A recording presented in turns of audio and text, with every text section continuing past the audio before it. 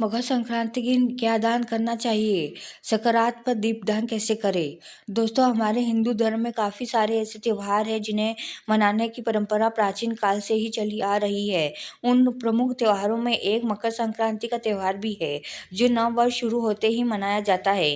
मकर संक्रांति का त्योहार हर साल 14 जनवरी के दिन मनाया जाता है। हमारे शास्त्रों के अनुसार इस दिन पवित्र नदियों में स्नान करने करने का महत्व सर्वाधिक माना जाता है। इसके अलावा दान पुण्य पूजन का भी विशेष व महत्व माना गया है। प्राचीन काल से ही ऐसा मान्यता चली आई है कि इस दिन किए गए दान का फल 100 गुना होकर वापस मिलता है, जिसके चलते ज़्यादा से ज़्यादा लोग मकर संक्रांति के दिन दान पुण्य करते हैं। आज हम आपको मकर संक्रांति के दिन क्या दान करना चाहिए, इस विषय पर विस्तार पूर्वक जानकारी देने का प्रयास करेंगे, इसलिए अंत तक हमारे साथ बने रहिए। दोस्तों, जब भी हिंदू धर्म में कोई त्योहार आता है तो सबसे ज़्यादा लोगों के मन में यही संशय बना होता है कि हमें इस दिन क्या दान करना चाहिए। वैसे तो दान पुण्य करने का कोई समय नहीं होता है और ना ही कोई विशेष स्थिति होती है। व्यक्ति अपने जीवन में जितना ज़्यादा दान पुण्य करे वो उतना ही काम होता है। मकर संक्रांति के दिन क्या दान करें, इस विषय में लोग बहुत ही गंभीरता से विचार करते हैं, क्योंकि यह एक ऐसा पवित्र त्योहार है जिसमें किए गए दान पुण्य का फल मनुष्य के जीवन में 100 गुना होकर लौटता है। मकर संक्रांति का यही वह पावन पवित्र दिन है जब द्वापर युग के समय भीष्म पितामह ने अपने देह के त्याग करने का निर्णय लिया था।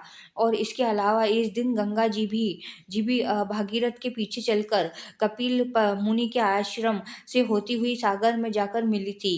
शास्त्रों के अनुसार मकर संक्रांति का त्योहार काफ़ी विशेष माना जाता है। यदि आप सोच रहे हैं कि संक्रांत के दिन क्या करें, तो हम आपको कुछ ऐसी चीज़ों के बारे में बताने जा रहे हैं जिसे आप विशेष कर मकर संक्रांति के दिन दान कर सकते हैं। लेकिन अगर आप लोग भी चाहते हैं कि भगवान विष्णु और माता लक्ष्मी का आशीर्वाद आप लोगों पर हमेशा बना रहे, तो इस वीडियो को एक लाइक करें और हमारे चैनल को सब्सक्राइब करें और कमेंट बॉक्स में जय माता लक्ष्मी ज़रूर लिखें। पहला, काला तिल। मकर संक्रांति के दिन काले तिल के दान करने का बहुत महत्व माना जाता है। और शनिदेव के बारे में भला कौन नहीं जानता, क्योंकि शनिदेव का तो जो द्रव्य होता है वह काला होता है। ऐसे में यदि आपको शनिदेव की कृपा पानी है तो संक्रांत के दिन आप काले तिल का दान जरूर करें। हालांकि जब भी प्रकृति आपने आपने मौसम के अंतराल में परिवर्तन करती है, तो ऐसा समय काले तिल का सेवन करना स्वास्थ्य के लिए भी काफ़ी लाभदायक होता है। और संक्रांति के दिन आप ज़रूरतमंद व्यक्ति को काले तिल से बने लड्डू भी दान कर सकते हैं, या आप मंदिरों में जाकर पुजारी को काले तिल गुड़ या उसमें उससे से बने लड्डू दान कर सकते हैं। दूसरा, पूजा का सामान। संक्रांत के दिन आप यदि दान करना चाहते हैं तो पूजा का सामान सबसे उत्तम माना जाता है। आप अपने किसी आस-पास ज़रूरतमंद व्यक्ति को पूजा का सामान भेंट कर सकते हैं, या मंदिर में के किसी पुजारी को भी यह सामान दान में दे सकते हैं। पूजा के सामान में आप आसन, कलावा, हल्दी, रोली और चावल इत्यादि जैसी वस्तुओं का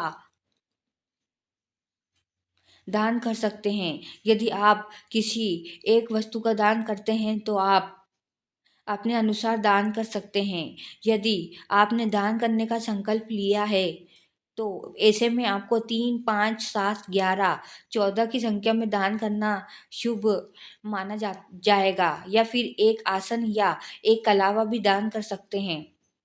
दूसरा, सुहाग का सामान। सुहाग का सामान मकर संक्रांति के दिन दान करने से व्यक्ति के जीवन में तरक्की के द्वार खुल जाते हैं, क्योंकि हमारे हिंदू धर्म में स्त्री को देवी का रूप माना जाता है। यदि ऐसे में ज़रूरतमंद महिलाओं को सुहाग के सामान का का दान करें तो इससे माँ लक्ष्मी व्यक्ति से काफ़ी प्रसन्न होती है। यदि आपके आसपास कोई भी ज़रूरतमंद महिला नहीं है तो आप सुहाग के सामान को किसी भी देवी के मंदिर में जाकर जाकर दान कर सकते हैं। आप बाजार से पूरा सुहाग का सामान खरीदें और अपने शहर के किसी भी देवी के मंदिरों में जाकर वहाँ पर यह सामान देवी के लिए सामने अर्पण कर दें। आप मंदिर के पुजारी को भी यह सामान दान में दे सकते हैं। चौथा, खाने का सामान। यह तो आप सभी जानते हैं कि मकर संक्रांति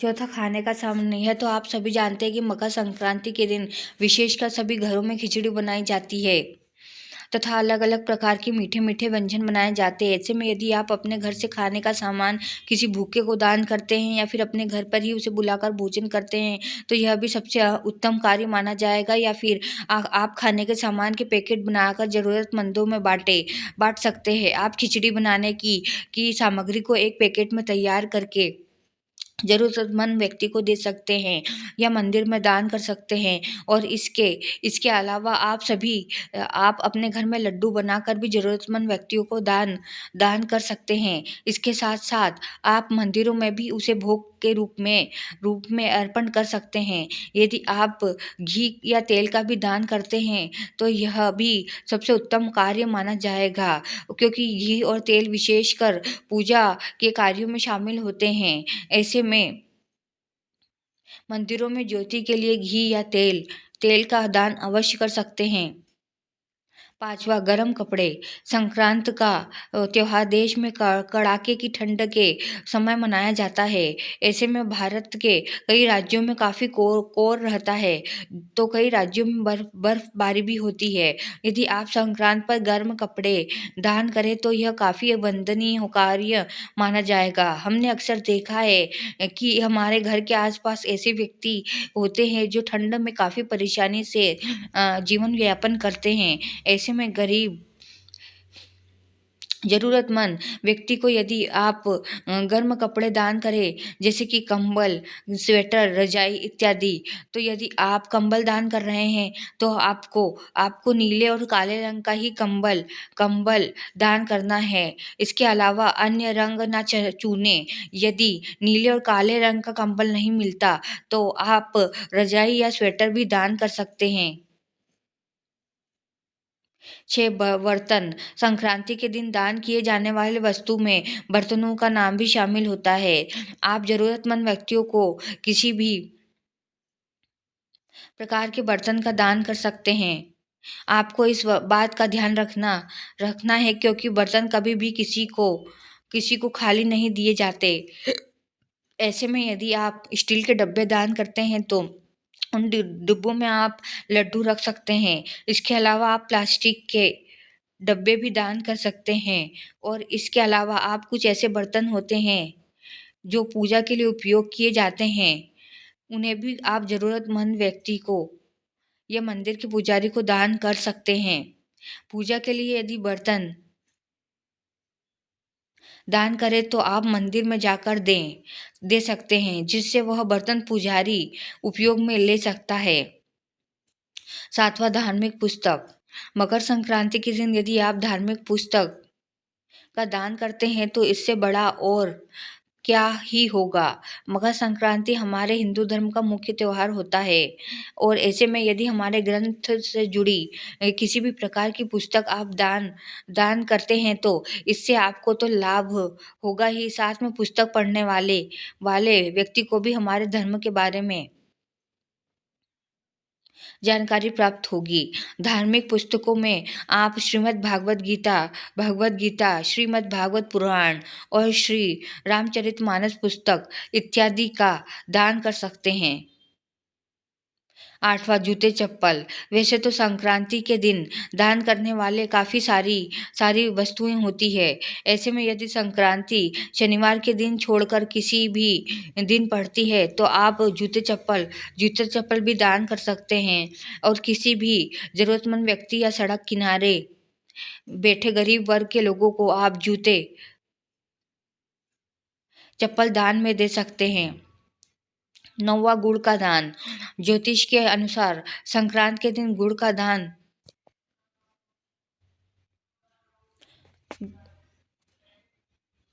9वां गुड़ का दान। ज्योतिष के अनुसार संक्रांत के दिन गुड़ का दान भी अवश्य कर सकते हैं। यदि आप गुड़ का दान करने में असमर्थ है तो गुड़ से बनी वस्तुओं का दान अवश्य करें। गुड़ का संबंध गुरु ग्रह से होता है।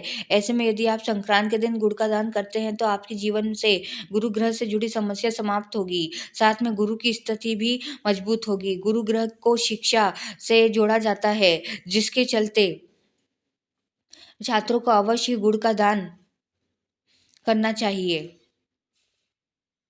10वां साड़ी ब्लाउज।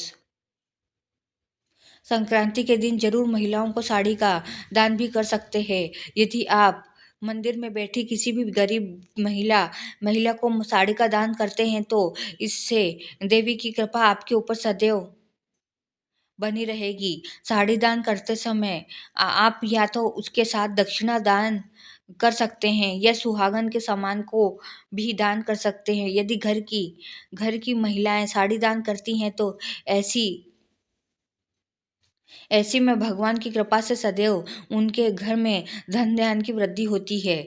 मकर संक्रांति के दिन दीपदान कैसे करते हैं?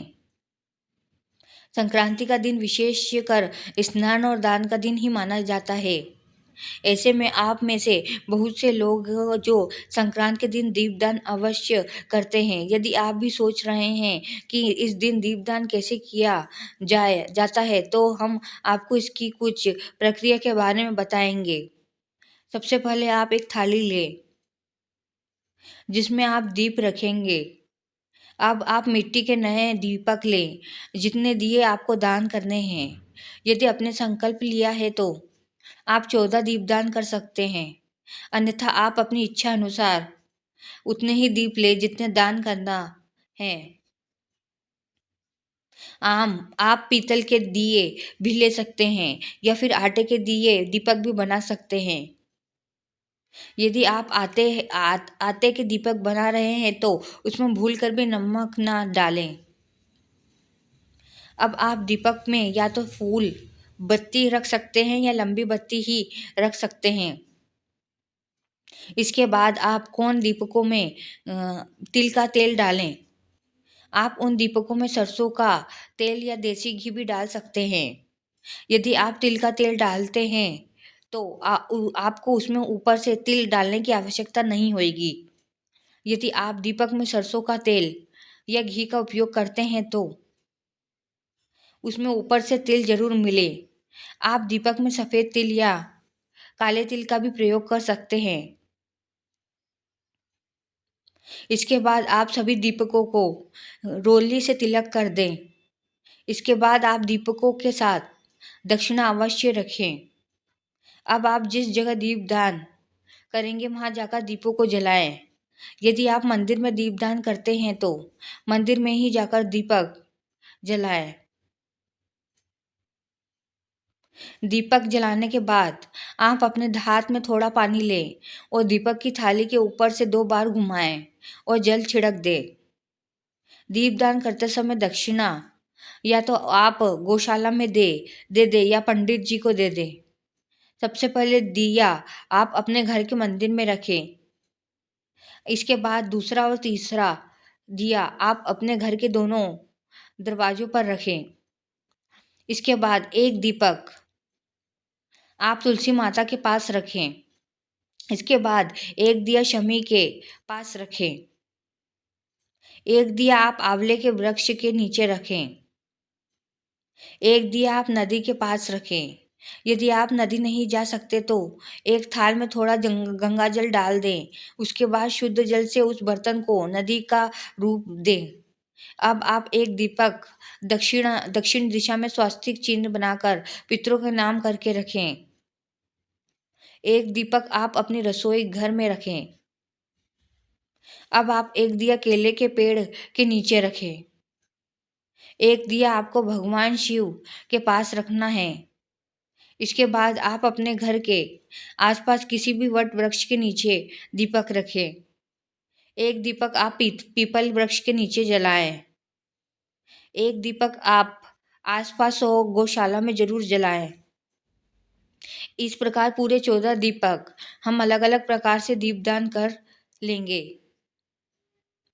यदि आप मकर संक्रांति के दिन 5 या 7 दीपकों का दान करते हैं तो आप मंदिर, नदी, पीपल का वृक्ष, वट वृक्ष, घर के आंगन, घर की तुलसी जी के पास रख सकते हैं। यह तमाम जानकारी जन रुचि में ध्यान रखकर दी जा रही है। ज्योतिष और धर्म के उपाय और सलाहों को अपनी आस्था और विश्वास पर आजमाए। वीडियो का उद्देश्य मात्र आपको बेहतर सलाह देना है और इस संदर्भ में हम किसी भी प्रकार का कोई दावा नहीं करते हैं। दोस्तों, आज की हमारी वीडियो आपको कैसी लगी हमें कमेंट करके बताएं। अगर आपको हमारी वीडियो अच्छी लगी तो कमेंट बॉक्स में जय माँ लक्ष्मी जरूर लिखें। माता लक्ष्मी आप पर सदैव अपनी कृपा बनाए रखे। वीडियो के अंत तक बने रहने के लिए धन्यवाद।